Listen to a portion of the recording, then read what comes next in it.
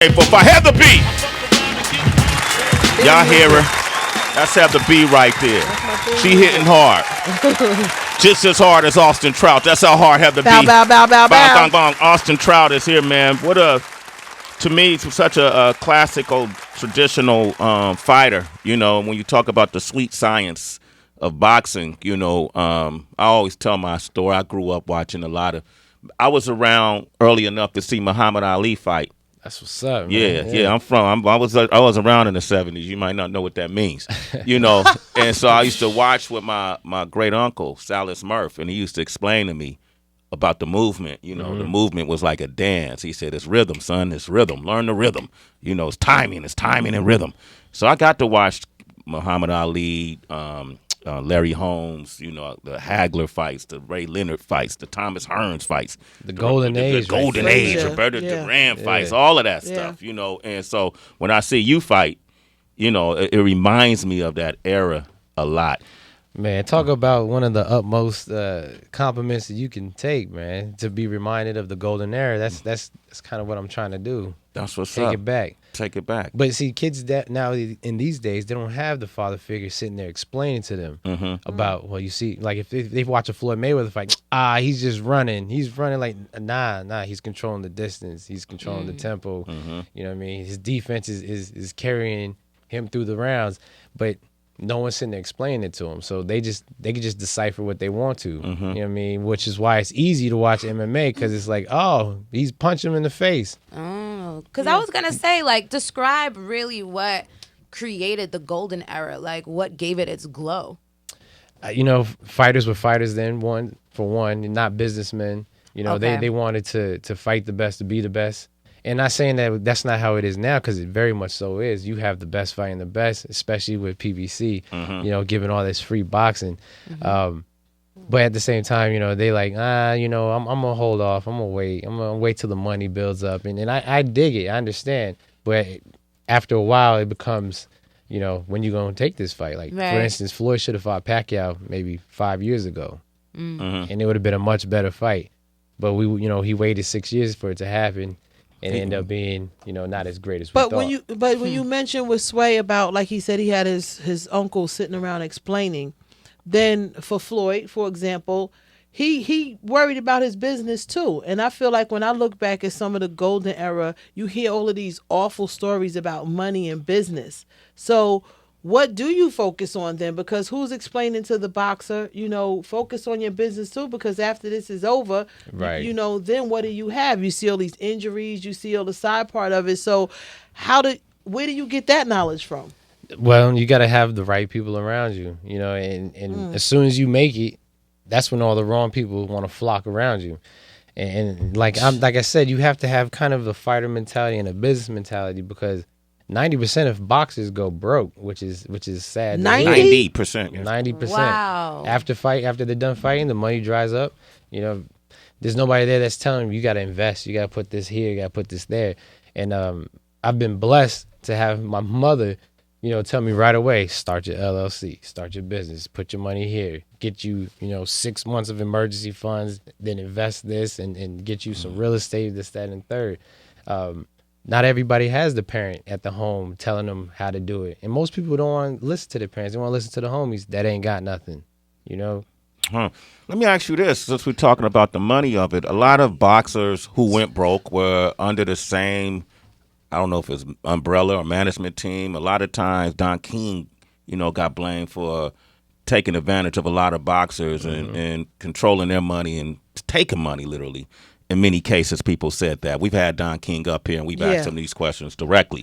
But now you see Mayweather with TMT controlling his own assets. And you see Golden Boy with De La Hoya, right? And then you got Al Heyman, the god of it all, to me. Yeah. All right. What's the difference between what Don King was doing and what, let's say, Golden Boy is doing? Well, right now, from how I see it, there's not much of a difference. De La Hoya, he started off being a promoter, saying he wants to be for the fighters, and in a sense, he's ruined more fighters than he's created. How so? The only person he got in his promoting is Canelo. I mean, can you name me somebody else that's on the Golden Boy roster besides Cinnamon? No, I mean, I could research it and Right, find out. I'm a exactly. De La Hoya fan, so I Yeah. thought he was smart for doing this. Well, he's But smart for putting his eggs in one basket, I guess. Uh-huh. And, that's a good basket, but he stopped paying attention to anybody else and just put it all on Canelo. And like I said, he's doing the same thing as Don. He's making his money, and he's throwing the fighter a little bit of money too. But I don't think he's doing it as blatant as Don King's doing it. Okay, so it's just a little better. That's Yeah, what you're saying. yeah. So how does that work? If a fighter earns $10, what part does the fighter? How much does the fighter of that $10 actually get? Man, probably like $3 for real. Oh my God! Yeah, for real. Because you got your trainer, you got your manager, you got your promoter, and that's about 50% right there. And then you have your training expenses that you have to pay back. So you take. At one time, I was taking home 30% of my check. Wow, 30%, and you the one taking the punches to the head. Right. That's the most important part of the whole ordeal equation. is bags. you taking the punch and risking your health. Well, see, that was my point. That's why I was saying, like, with a person like Floyd, I would probably wait 6 years too to fight. I got to make He's sure smart. all my. That's why you can't be mad at him. You can't made be- all to your that point. money. We You got can't be mad. We got Yeah. Austin Trout is here. He's fighting Jared Hurd for the IBF, a light heavyweight title, Saturday, October 14th at the Barclays, on Showtime at 9 p.m. But, Yeah. And Golden Boy brought free fights to TV though. He did. And you know what's crazy is like him and Top Rank started this whole ESPN deal that they got. Yeah. But Al Heyman's been giving free fights for like 3-4 years. Good fights. Not just free fights, but good fights. We had Adrian Broner, Danny Garcia, you had right. Lucas Matisse. I've been on the PBC card. Good fights for free, but they bashed him for it. And now Top Rank, Bob Arum and De La Hoya doing the same thing, not as good, and they love him for it. And I can't help but to say it's because Al Heyman's a black man that he got bashed for doing what we love Top Rank for doing. Wow. Damn.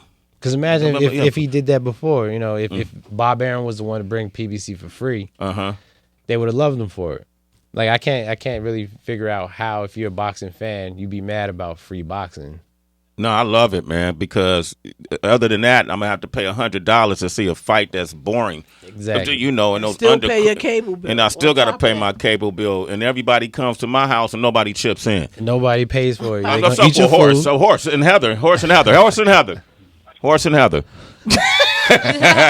Hey, Kevin, what up, man? Yo, Cap. What up? What up? Good morning, everybody. How y'all doing? Doing okay, man. Heather arguing. We've been arguing all morning, Kev. Go ahead, Kev. What's Yeah, up? I heard it. Hey, real quick, I just had two questions. Before I get to the question, I just want to shout out Heather B, man. Yo, that track that you played, that was fire, man, and it was true lyrics. And big up to Heather B. Thank you, Kevin. My two questions are, no problem, anytime. My two questions are, the first one is, if you could fight Canelo again, would you? And the second one is, if you did get the opportunity to fight him again, what would you do differently? Oh, well, absolutely. I'd fight him tomorrow if I could. And what I do differently would be to stay out of Texas, one. Two, I wouldn't agree to none of that stuff they put in the contract. But, I was hungry and I just needed that opportunity. What did they put in the contract? It was a one-sided rematch clause. They had... It was a unification bout. Yeah. So meaning we're supposed to get equal judging. You know what I mean? 2 from the WBA and then 2 officials from the WBC. They had 3 judges to 1 for me. Oh, man. And then also the last but not least, the open scoring was, that was my demise. Because I felt like I was smacking him in the first 4 rounds. Yeah. And I came back with telling my coach, oh, we got this. He's reaching, he's this and that. And then when they looked at the scorecards, they said, no rounds, no judges' cards, and I had to switch up my whole game plan, which was working. So I wouldn't agree to that either. Wow. Hey, there you go, Kev. Thank you, Kev, for your I call. appreciate that, All right, man. man. Good luck on your next fight, and I will be tuned in, man. Thank All you, right, that's Kev. what's up. JC in San Antonio, what up? JC. Hey. What up, Sway in the morning, Heather B, Tracy G, OQ. What up, Austin Trout? What's happening, man? Nothing much, man. Listen, I worked with you when you came to San Antonio. A lot of the events around the fight, I met you through Red, That's Chicago. Yeah, that's right. That's right, man. I remember you. How you doing? No doubt you was engaged. Did you get married? Yeah, I did. I did. Happily married for 4 years now. No doubt. Congrats on that, man. You know what you got to do on October 14th. Go do your thing, Austin Trout, and have Bobby give me a call. I will do, man. I appreciate that. All right, Thank you. JC, thank you, man. Yeah, this guy's a real class act, have to be. Austin Trout. It's time, though, man. Next time I see you, I want to be celebrating victories. Yeah, I'm going to be two-time world champion. Okay, exactly. Two-time world champion. You're more wiser. You just as fresh. You know, get in there and do what you do best, Yes, man. sir. All right, Yes, we all in your corner. Austin Trout, man. Thank you for coming by, brother. Hey, if people want to hit you directly, how can they hit you on social media? Twitter, Instagram, Facebook, across the board, at No Doubt Trout. All right. Check me. That was special edition of the Sports Report. Heather, you want to top anything on the back end of that? Congratulations to the New York Yankees. Really?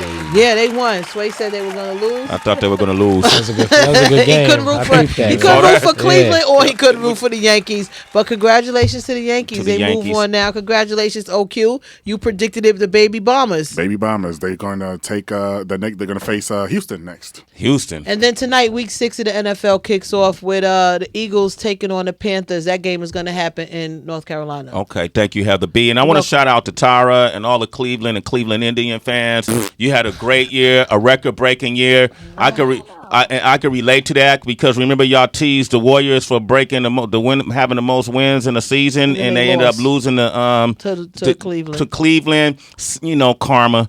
All right, thank you. We got Celebrity Wire up next. Yup, and Tyrese is still coming for the rock. Shade 4-5. Hey, this is Gabrielle Union. It's Sway in the morning, only on Shade 45. Kilo.